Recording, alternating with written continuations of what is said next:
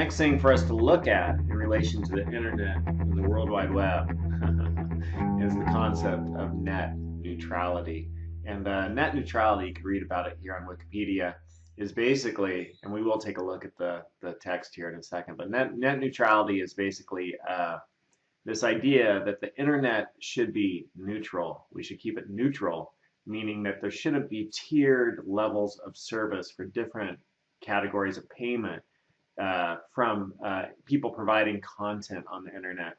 So a lot of the telecommunication companies and companies who own the last mile of internet infrastructure would like to create like many different levels of accessibility to the internet, where the more that people pay them, the more readily they offer what those companies are trying to get to consumers. And so that would really strip out a lot of the cool things about the internet, where we all have equal access to all the material. And if I want to start a company online, my company will be just as accessible as Amazon and get to consumers just as quickly. So here's how Wikipedia defines it. Net neutrality is the principle that internet service providers and governments should treat all data on the internet equally, not discriminating or charging differentially by user, content, site, platform, application, type of attached equipment, and modes of communication. There's been extensive debate about whether or not net neutrality should be required by law. Since the early 2000s, advocates of net neutrality and associated rules have raised concerns about the ability of broadband providers to use their last mile infrastructure to block internet applications and content, websites, services, protocols, and even block out competitors. The term net neutrality didn't come into popular use until 7 years later, however. The possibility of regulations designed to mandate the neutrality of the internet has been subject to fierce debate, especially in the United States. Net neutrality proponents claim that telecom companies seek to impose a tiered service model in order to control the pipeline and thereby remove competition, create artificial scarcity, and oblige subscribers to buy their otherwise uncompetitive services.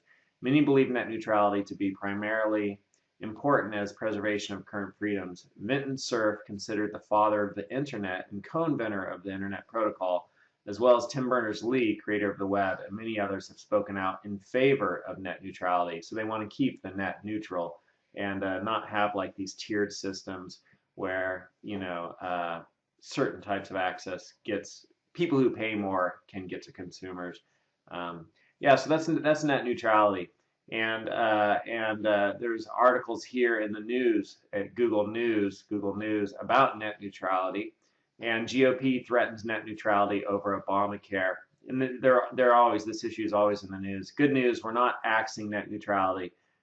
Republicans consider blocking net neutrality among debt ceiling. NSA leaks bring the whole idea of net neutrality into question. Landmark Verizon net neutrality case tests open internet rules. Right, so it's really kind of an really important subject, kind of along the lines of freedom of speech and censorship, because economic censorship is just as viable and valid a form of censorship as any.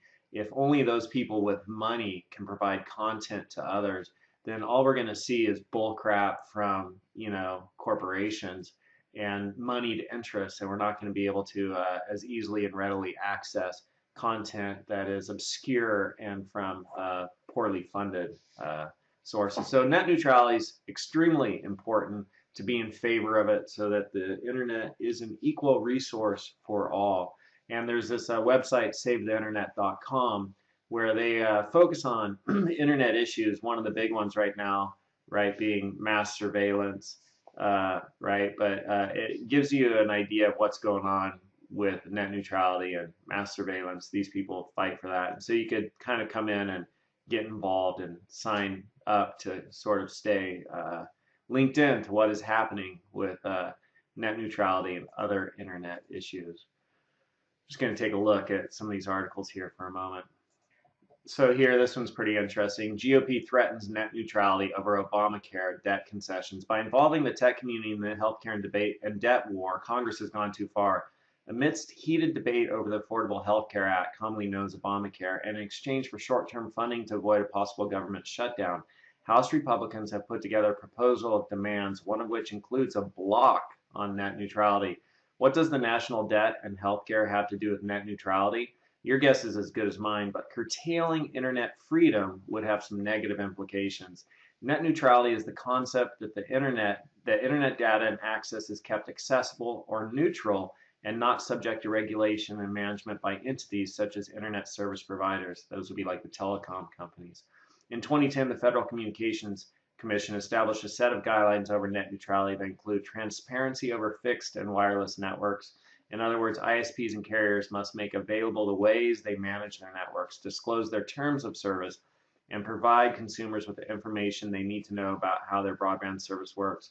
No blocking of content, services, applications, and non-security comprised devices.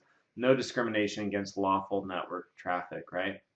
So they just have to let flow through what flows through.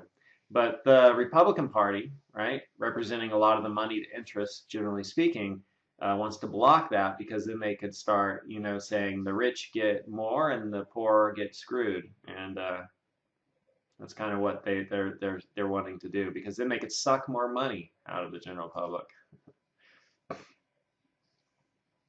So the good news is we're not actually net neutrality. That was a follow-up to that article. Bad news: the U.S. government's shutting down. And then just more on the same article, the GOP wanting to block net neutrality. Amidst ongoing NSA secret spying revelations, ranging from billion-dollar efforts to make the private accessible to government by breaking internet communication securities to a near real-time collection of data from fiber optic networks, the U.S. Court of Appeals, blah, blah, blah. This case involves Verizon's challenge to FCC's 2010 Open Internet rules, which are designed to codify what is known as network neutrality. Columbia law professor, who is senior advisor for the FTC, is also a future Tense fellow, describes net neutrality as the idea that a maximally useful public information network aspires to treat all content, sites, and platforms equally. Right? That the public information network treats all content, sites, and platforms equally. That's how they define network neutrality. Does the U.S. government have the authority to enforce rules designed to ensure that the internet remains the open, dynamic platform that has spawned one of the greatest periods of technological innovation in U.S. history? That's the question facing a federal appeals court today in a landmark case about net neutrality, the principle that internet service providers don't get to control what consumers do online. The question presented by the case is, does the U.S. government have any role in ensuring ubiquitous, open, world-class, interconnected, reasonably priced internet access? Yes. All right, so go to savetheinternet.com and enter your name and your email and your zip code, and you will receive periodic updates from Free Press and the Free Press Action Fund. All right, and they'll keep you apprised to what's going on and how you can make a difference to help keep the internet a free place and a neutral place where we all have equal access. And I'm talking quietly because I got my son in my lap.